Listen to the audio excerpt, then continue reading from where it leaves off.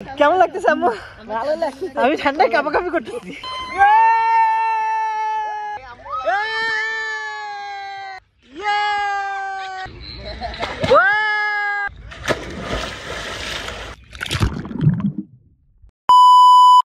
Hello everyone, this is Zaman and you are now watching Zaman's blog.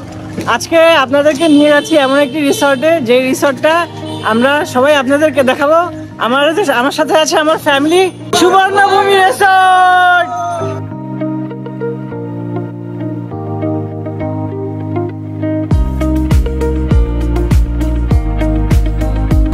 তো viewers, আমরা কিন্তু গাড়িতে উঠে আমাদের রিসর্টের উদ্দেশ্যে রওনা হয়ে গিয়েছি। আমরা এখন মৌচাক হাইওয়ে, চিটাগাং হাইওয়ে ক্রস করে কাঁচপুর ব্রিজ ক্রস করে একটু সামনের দিকে এসে ভালোই জ্যাম পেয়েছি। প্রায় এখন অলমোস্ট বাজে 9টা। আমরা 1 ঘন্টা ধরে এইখানেই জ্যামে বসা, জানি না আর কত দূর সামনে জ্যামে বসে থাকতে হবে। ফাইনালি জ্যামকে উপেক্ষা করে আমরা পৌঁছে গিয়েছি আমাদের ডেস্টিনেশন সুবর্ণভূমি রিসর্ট। গাড়ি থেকে নেমেই প্রথমে দেখলাম এত সুন্দর ভিউ আর এত সুন্দর ফ্রেশ এয়ার। আসলে শহরের যান্ত্রিক জীবনে এরকম ফ্রেশ এয়ার পাওয়াটা খুব দুষ্কর বিষয়। আমি কিন্তু গাড়ি থেকে নেমে এক বুক ভরে ফ্রেশ এয়ার নিঃশ্বাস নিয়েছি। তারপর আমরা সবাই একে একে রিসর্টের ভিতরে এন্টার করলাম। রিসর্টে প্রবেশ করতেই আপনাদের চোখে পড়বে সবুজে ঘেরা, সাজানো গোছানো সুন্দর প্রাকৃতিক পরিবেশ। সামনে কিছু দূর যেতেই হাতের বাম দিকে আপনাদের চোখে পড়বে একটি বিল্ডিং। এই বিল্ডিং এর নিচে হচ্ছে রিসেপশন সেকশন এবং উপরে ডাইনিং সেকশন। আর এখানে কিন্তু আপনাদের কটেজগুলোর লোকেশন দেওয়া আছে খুব সুন্দর করে, কোন কটেজগুলো কোন দিকে।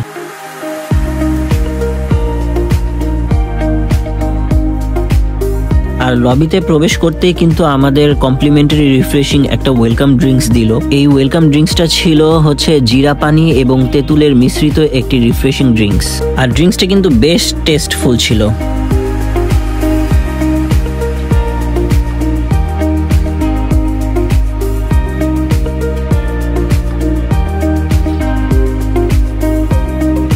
আর এই রিসর্টে আসলে আপনারা পেয়ে যাবেন বাচ্চাদের জন্য খুব সুন্দর কিড জোন, এবং বড়দের জন্যও ছিল table tennis playground, badminton playground, football playground. এখন আমি যাচ্ছি একটু পুল সাইডে, কারণ রিসর্টে আসলে পুল না দেখলে কিন্তু আমার মনে শান্তি হয় না, মনটা আনচান করে, বুকটা দুরু দুরু করে। আর একটা রিসর্টের সৌন্দর্য বাড়িয়ে তোলে কিন্তু সুন্দর একটা সুইমিং পুল। দেখেন পুলের ভিউটা কিন্তু অনেক সুন্দর, আর পানি কিন্তু অনেক পরিষ্কার, সুইমিং পুলটাও বেশ বড়। আর এই পুলে কিন্তু একটা ছোট্ট জাকুজিও রয়েছে। যাক, আপাতত কিছুক্ষণের জন্য মনটাকে শান্তি তো করতে পারলাম। আর এরই মধ্যে কিন্তু আমাদের প্রচন্ড ক্ষুধা লেগে গিয়েছিল, কারণ আমাদের ডে লং প্যাকেজে ইনক্লুডেড ছিল ব্রেকফাস্ট, লাঞ্চ এবং স্ন্যাক্স। আর ওদের খাবার কিন্তু বেশ টেস্টফুল। আর আমাদের ব্রেকফাস্টের আইটেমগুলো ছিল ভেজিটেবল, সাথে ছিল বুটের ডাল, খিচুড়ি, স্যালাড, নান, ডিম। স্পেশালি নান আইটেমটা বেশ মজার ছিল। তারপর আমরা আমাদের ব্রেকফাস্ট শেষ করে আমরা আমাদের কটেজের দিকে আগাচ্ছি, এবং যেতে যেতে কিন্তু কটেজগুলোর ভিউগুলো খুব সুন্দর লাগছিল দেখ। প্রত্যেকটা কটেজই কিন্তু দোতলা ভবন। এটা হচ্ছে আমাদের রুম। আমাদের কিন্তু অনেক ব্যাগ ছিল, লাগেজ ছিল, সো ব্যাগ রাখার জন্য কিন্তু আমাদের একটা রুমের প্রয়োজন হয়েছে। আর এই রুমের কস্টটা হচ্ছে 6000 টাকা। যেহেতু রিভার ভিউ রুম, এজন্য কস্টটা একটু বেশি পড়ে গিয়েছে। এখানে কিন্তু দেখতে পাচ্ছি পানি গরম করার জন্য কেটলি, 2টা গ্লাস এবং হোয়াইট সুগার, ব্ল্যাক টি, গ্রিন টি রয়েছে। এছাড়াও ছিল টিভি, আলমারি, এছাড়াও ছিল বিশাল বড় একটা মিরর এবং এয়ার কন্ডিশনার। এরপর চলুন আপনাদেরকে একটু ওয়াশরুমটা ঘুরে দেখাই। তাদের ওয়াশরুমটা কিন্তু বেশ বড়সড় এবং নিট অ্যান্ড ক্লিন ওয়াশরুম। এখানে বিশাল বড় মিররে আমাকে দেখতে পাচ্ছেন, এবং টাওয়েল দেখতে পাচ্ছেন, একটা বেসিন দেখতে পাচ্ছেন, এবং উপরে একটা ফ্যান আছে। তারপর এই সাইডটা হচ্ছে শাওয়ার সেকশন। আর এখানে গোসলের জন্য রয়েছে কিছু shower gel, body wash, lotion, এগুলা শ্যাম্পু, মানে গোসলের জন্য যা যা দরকার সবই রয়েছে। আর আমি পুলে নামার জন্য কিন্তু একদম প্রপারলি রেডি হয়ে গিয়েছি। এটা হচ্ছে আমার সুইমিং ড্রেস। আর মোবাইলের সেফটি সিকিউরিটির জন্য কিন্তু আমি নিয়েছি খুব সুন্দর একটা ওয়াটার ব্যাগ কেস। আর আপনারা জানেন আইফোন কিন্তু ওয়াটার রেজিস্ট্যান্স, সো আমার কিন্তু কোনো প্যারাই হয় নাই। এখন কিন্তু আমাদের রিসর্টে আসার পিছনে মূল উদ্দেশ্যটা পূরণ হতে যাচ্ছে, অর্থাৎ আমরা কিন্তু এখন পুলে এনজয় করব।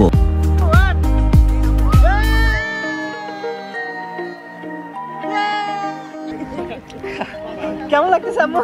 ভালো লাগতেছে। আমি ঠান্ডায় কাঁপাকাঁপি করতেছি।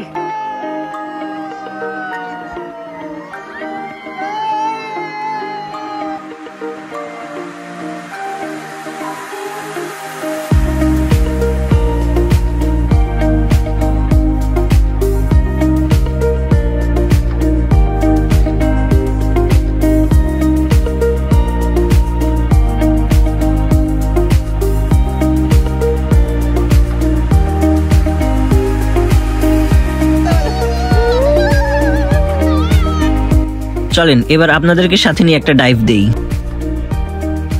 আর এই সুইমিং পুলের পানিটা কিন্তু বেশ পরিষ্কার ছিল এবং এই পানিতে কিন্তু তেমন খুব বেশি একটা কেমিক্যাল ইউজ করা হয় নাই।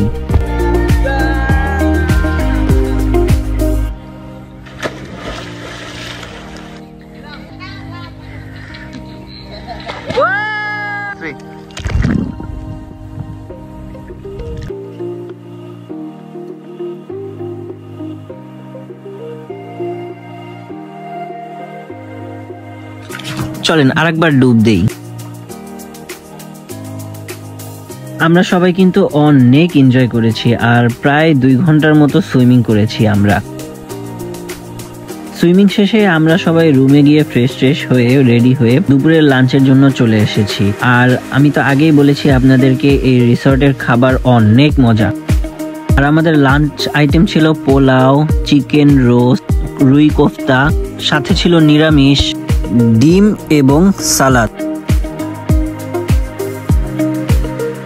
এখন আমি আপনাদেরকে নিয়ে যাচ্ছি এই রিসর্টের এমন একটি প্লেসে যেই প্লেসটা দেখার জন্য মূলত সবাই এই রিসর্টটাতে আসে। এই রিসর্টের সবথেকে ইন্টারেস্টিং এবং best part, most amazing beautiful view in the resort, সেটা হচ্ছে এই মেঘনা নদীর তীরে ভাসমান রেস্টুরেন্ট অর্থাৎ ফ্লোটিং রেস্টুরেন্ট।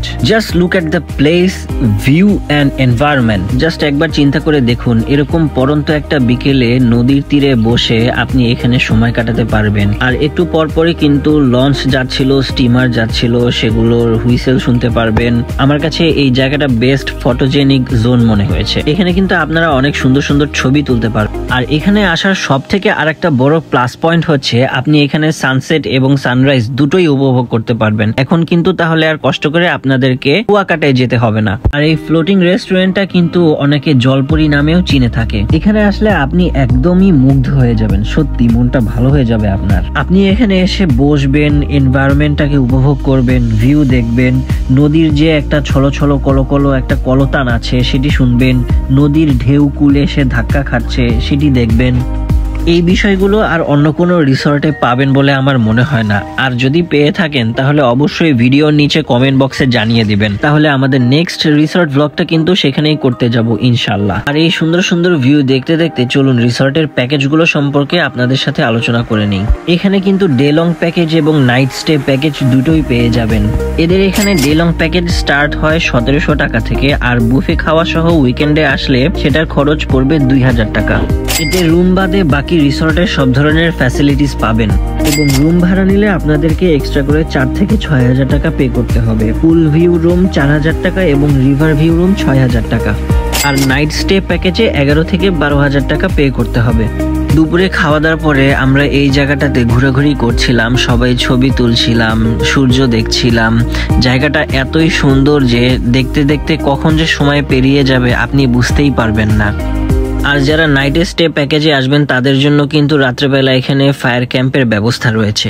আর এই রিসর্টে আসলে কিন্তু আপনারা খুব সুন্দর একটা হ্যামক পেয়ে যাবেন। তারপর আমি কতক্ষণ হ্যামকে শুয়ে শুয়ে দোল খাচ্ছিলাম এবং সুন্দর পরন্ত বিকেলটাকে উপভোগ করছিলাম। খুব ভালো লাগছিল সেই সময়।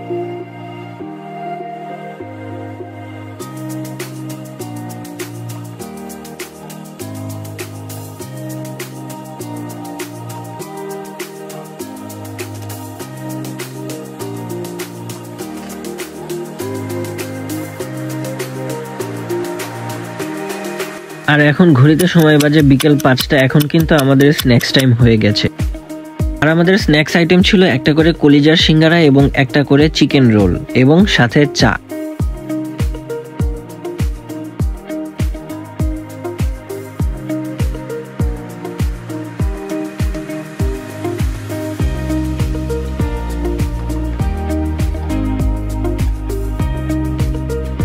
আমাদের বিকালের নাস্তা শেষ করতে করতে সন্ধ্যা হয়ে গেছিল। আর সন্ধ্যা নামতেই কিন্তু সুবর্ণভূমি লেখাটাতে লাইট জ্বলে উঠে এত সুন্দর লাগছিল। আমরা কিন্তু সবাই এখানে দাঁড়িয়ে কিছুক্ষণ ছবিও তুলেছি। নাস্তা শেষ করে আমরা আমাদের কটেজের দিকে অর্থাৎ আমাদের রুমের দিকে আগাচ্ছি।